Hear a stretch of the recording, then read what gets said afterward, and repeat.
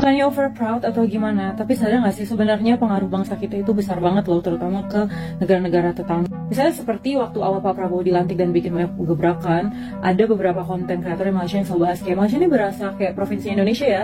Tiap buka berita isinya Prabowo terus, Prabowo nomi.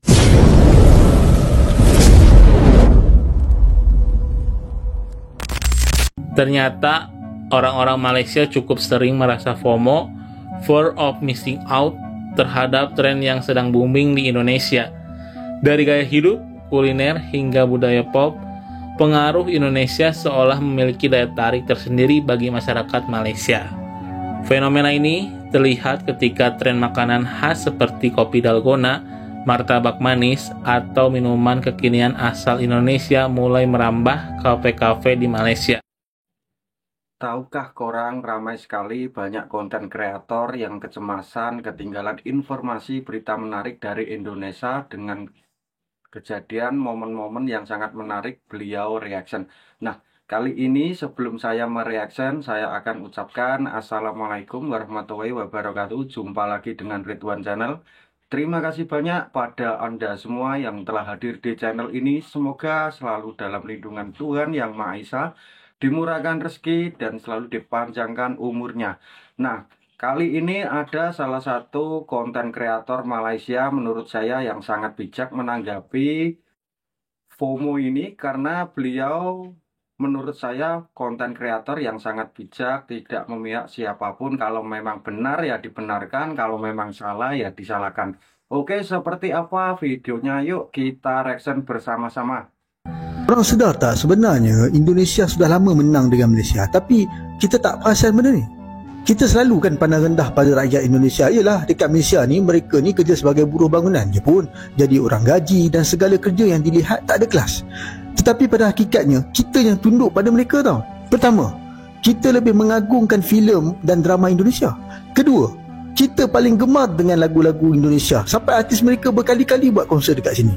Ketiga, bila kita jumpa orang Indonesia, kita akan bercakap guna slang Indonesia. Tetapi orang Indonesia tak guna pun slang Melayu Malaysia waktu bercakap dengan kita. Tengok pemimpin Indonesia. Sampai ke hari ini mereka tak pernah cakap dan guna slang Melayu Malaysia bila berjumpa dengan pemimpin Malaysia. Tapi pemimpin kita saja yang perak guna slang bahasa Indonesia. Bahkan meskipun di negara kita sendiri. Keempat, berapa banyak perkataan-perkataan Indonesia yang sudah diserap masuk ke dalam bahasa Melayu. Korang pun tahu kan antara perkataan-perkataan tersebut. Saya tak nak sebut lah sebab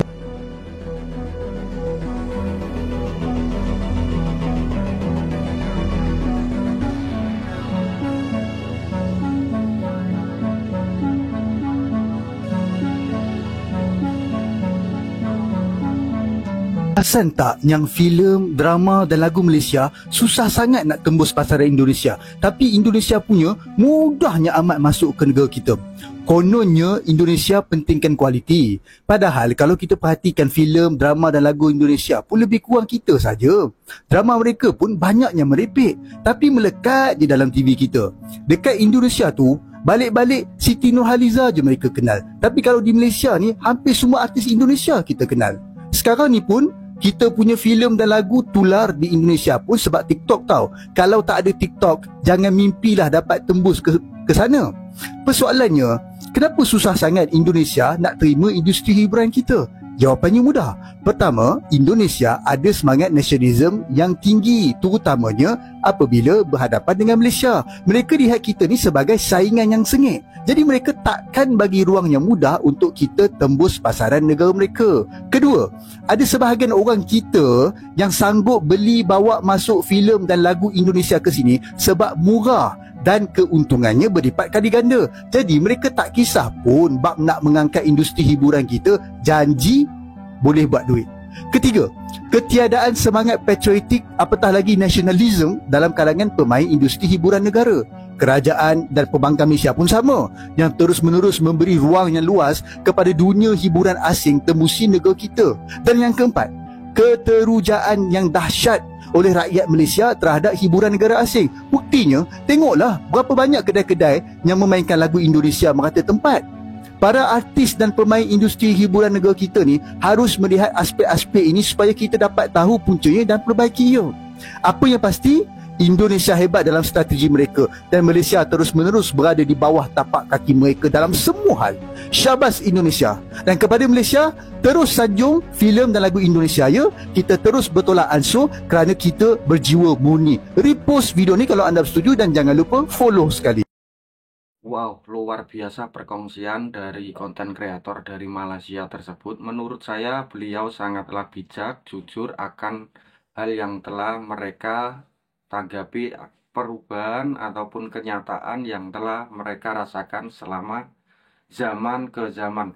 Nah, kalau untuk menurut saya dari era-era tahun-tahun yang lama sekali memang sebagian mereka dari warga Malaysia itu memandang rendah Indonesia. Saya mereaction ini bukan untuk mengadu domba, hanya bicarakan fakta dan data. Oke, tapi sekarang alhamdulillah wa syukurillah semuanya bisa berpikir yang ringan-ringan. Tidak ada perbezaan mana-mana pun. Kalau kita respect baik, insya Allah orang pun juga akan baik kepada kita. Oke, seperti apa video ini mengenai orang Malaysia kena tanya sama netizennya, kenapa korang ataupun you orang suka bermain di Indonesia ataupun suka pergi jalan-jalan di Indonesia.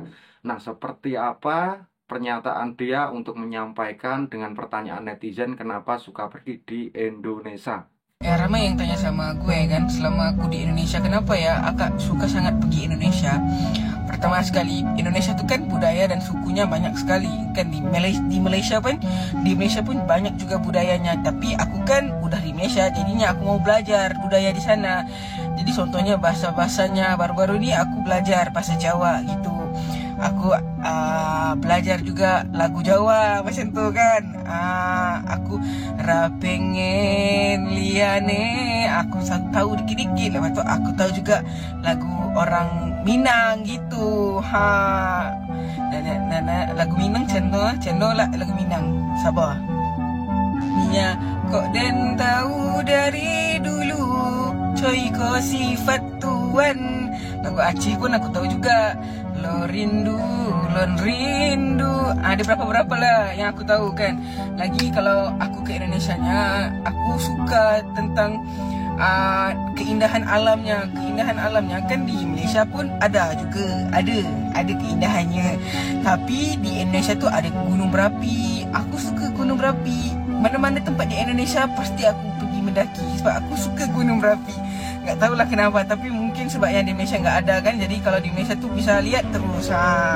Lepas tu kalau soal makanannya ya sama di Malaysia, enak-enak ya sambalnya.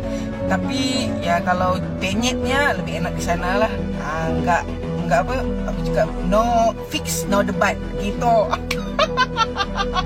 Seterusnya kan aku juga suka sama orang-orangnya. Ya ramah-ramah, orangnya ramah-ramah. Contoh masa aku ke Ijen tu kan, bapaknya mau tolong aku daripada awal perjalanan sampai ke ujung perjalanan. Kan aku bilang sama bapaknya, ya nggak usah lah pak, akunya bisa sendiri. Ya kami kan sudah berpecah di Ijen karena masing-masing udah penat kan. Tapi bapaknya temanin aku dari bawah sampai atas, sampai diambilkan gambar aku semua. Ternyata seni fotografer bapak itu cukup cantik. Banyak gambar-gambar aku yang di Ijen tu bapak itulah yang ambil. Aku udah lupa nama bapaknya, tapi ya terima kasih lah bapaknya kan.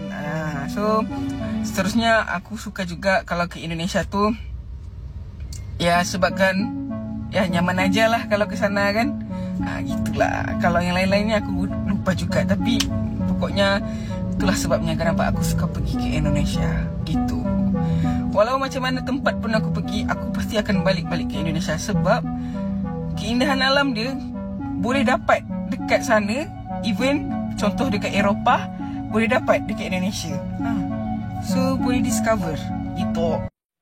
Nah, sorry guys, tadi saya nge-reaction saya sambil makan karena satu hari ini saya belum makan karena satu hari ada activity yang sampai lambat makan. Oke, untuk kalian yang selalu hadir di Ridwan Channel, terima kasih banyak. Buat yang belum subscribe, silakan subscribe karena subscribe itu gratis. Oke, sahabat-sahabatku, untuk video reaction ini semoga bisa mengedukasi buat kalian semua antara warga Indonesia dan Malaysia. Untuk para netizen Indonesia dan Malaysia, semoga selalu berpikir positif tanpa berburuk sangka kedua negara ataupun kedua orang-orang di negara Indonesia maupun Malaysia. Nah, cukup sampai di sini reaction Ridwan Channel. Semoga menarik untuk Anda simak. Jumpa lagi di konten berikutnya. Terima kasih.